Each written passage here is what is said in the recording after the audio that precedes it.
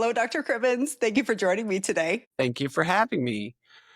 I'm really sorry that I'm missing everybody in DC there. Went to visit my grandson for his third birthday, and with all these upcoming surgeries that we're doing, because we've seen a big uptick in volume the past few months, I'm here doing some procedures. And that's wonderful because today's presentation is kind of about that. You've seen an uptick in your revisional surgeries. And today we'd like to talk about strategies that your peers can use to help patients lift the shame and stigma they might be feeling around revisional surgery. And I know that you focus on three things in your practice: ongoing patient education, peer support, and trust building. So will you start by telling us a little bit about that ongoing patient education that you do? For sure. So, as surgeons, we know the things that we can control for a good patient outcome are really good preoperative education prior to the procedure, of course, an excellent operation, and then all the different types of ongoing support that we do. And I know that your patient education really begins the moment that they show interest in possibly coming to see you. So it happens through emails, through blog posts, through your patient handout guide, which I've read page to page, and it's amazing. And your presence in the places that patients are at. So can you tell us a little bit more about how peer support has helped you or your patients lift the shame and stigma? For sure. So, it starts with the initial consultation. Um, we always have the goal that our primary procedure that we choose with the patient is going to be the only procedure that they'll ever need, and they're going to do great with it. But at the same time, we all know that obesity is a very difficult and can be a very chronic disease to treat. And that's why both the preoperative education surrounding that and the postoperative support in having so many tools in the office as far as education, dietary support, nutrition support, and all of the kind of peer led support that we have to take advantage of is really going to make that best outcome for the patient. Yeah.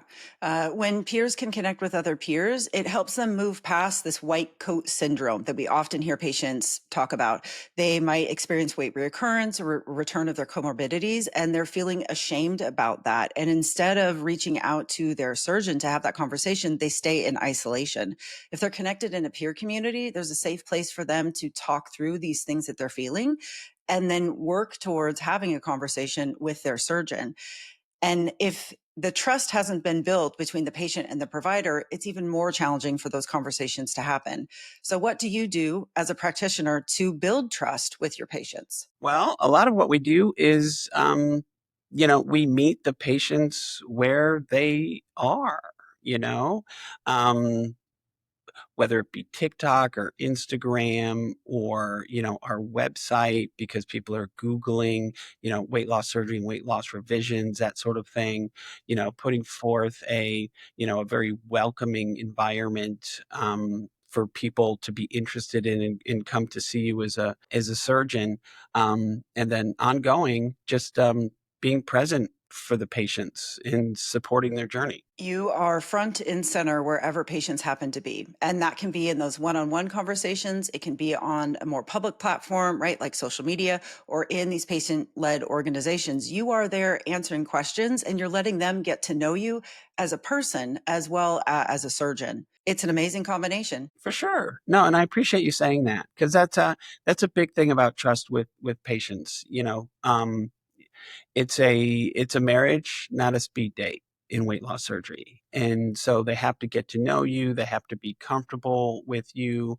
We try and let the patients see us as people, not just surgeons. And especially postoperatively, if patients are, struggling, not meeting their goals or thinking that they're failing, you don't want them to be reticent to come back and see you because they think that they're going to disappoint you or that's going to be too difficult of a conversation.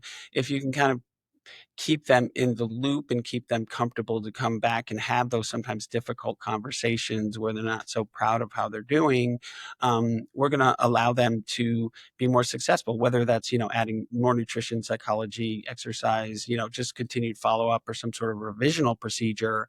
They're going to be comfortable coming back and having the conversation. Exactly. You are deploying three very powerful tools: ongoing patient education, connecting peers with other peer support, and building trust.